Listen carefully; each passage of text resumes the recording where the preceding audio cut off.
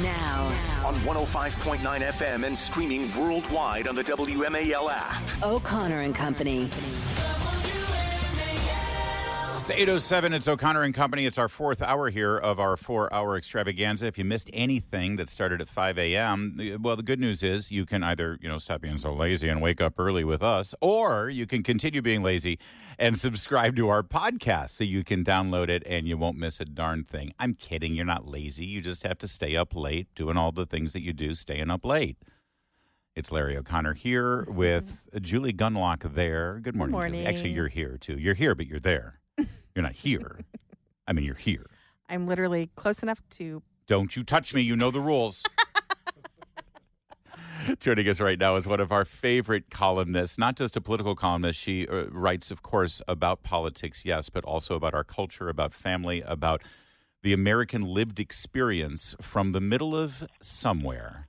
Generally speaking, Western Pennsylvania as well as Ohio and Michigan. They used to call it the Rust Belt, Salena. Is that still an operative term, Salena Zito? Yeah, I still call it the Rust Belt. It was called the Rust Belt because that's where people made things. Yes. And things that would rust eventually. Yeah, absolutely. Eventually it rust, and then they had to remake things. Salena Zito, I know that you're so entrenched in the place where so many of these future potential leaders are spending their time, especially Western Pennsylvania and into Michigan and Wisconsin. I want to ask you about what you saw at the Butler rally, an emotional moment, I'm sure for you as well, to return because you were there the day as bullets started flying. And you were protected by a Secret Service agent, actually. Or was it a secret? No, it wasn't a Trump advance it was an person. advanced person from the Trump campaign. Talk to me about that event, but also how the mood is there in terms of what this event did to sort of energize what the Trump campaign is hoping would be energized, and that is the people who most need to come out and vote for him.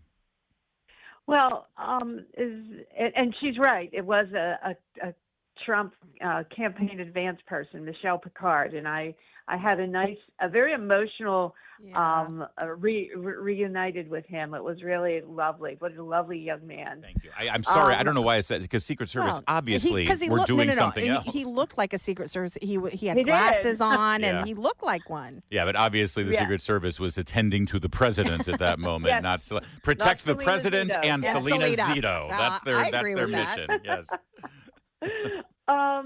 Look, I got there just as the sun was coming up.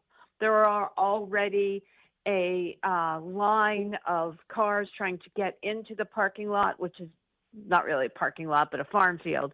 And that was, at 6 a.m. It was 2 miles long. Look, it was very joyful, very aspirational.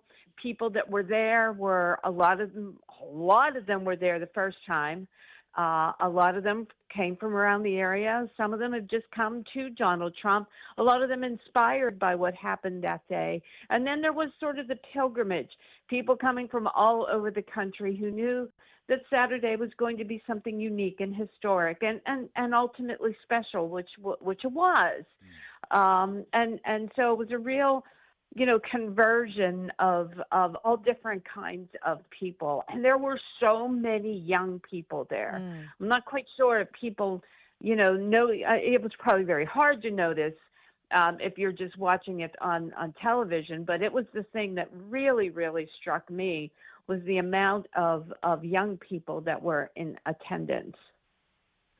I had the opportunity to interview both President Trump and Elon Musk and J.D. Vance ahead of the rally. The president was in a little bit of a somber mood, but also in a very good mood. I asked him if he was emotional, and he said, "Yeah, I am. It's tough. It's tough, but I can't focus on it." And then he started talking about Corey. So anytime that we got close to the emotion of it, he sort of deflects that to bringing something better for the people that were the families that were impacted by the shooting, obviously Corey's family, but also the trauma of the people that had been there before. And I think the most important thing that happened that day, I'm not quite sure people picked up on it, But I think at some point, him saying, as I was saying, was much more significant and powerful. And this is probably going to make some people's eyes roll in the back of their head, than fight, fight, fight. So why do I say that? Because when you pick up where you left off, you are telling people, I am not backing down. I have something to finish, and I'm going to finish it. And I think that is the ultimate lesson of what happened on Saturday. And Elon Musk, I think a lot of elites, in the very same way that they've never understood Trump's appeal to the working class, he also has that same kind of appeal, and it confuses them. Right. But, he makes things, right? And he goes to the Wild West. He goes to the new frontier. That's very appealing to the working class. Salena, I wanted to ask you about your interview with Musk. And you wrote about it. You said in your article, you said Musk said he recognizes that the people here in Butler and in places all across the country, not located in the centers of power and wealth, are the ones most concerned about protecting and preserving both free speech and the Second Amendment. That really resonated with me because I think those are the people that are often ridiculed as hicks and flyover country and not really knowing. And you've really brought those stories to life and that position to life and really made people understand that there are people in this country who care about those things and they shouldn't be made fun of. These are real concerns of real people. Musk seems to get that. What other things did he say that in your interview with him that showed that he really understands the concerns of the average American?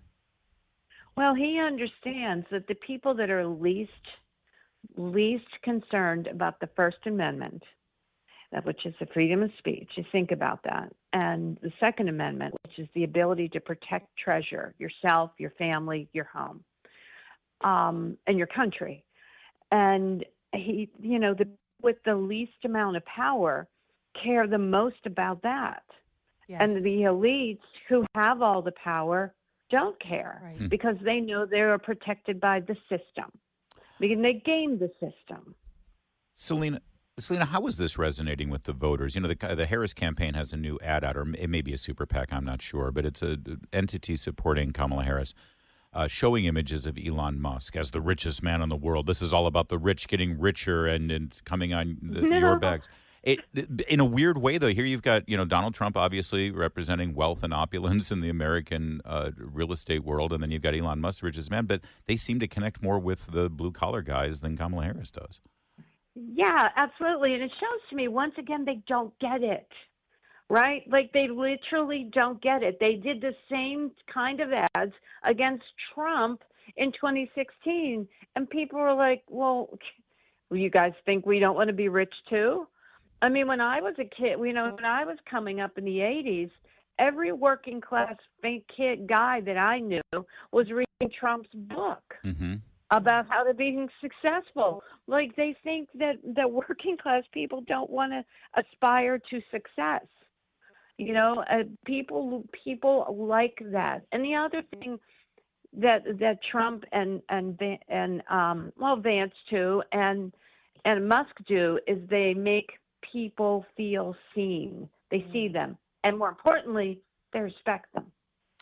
Salena Zito, Washington Examiner.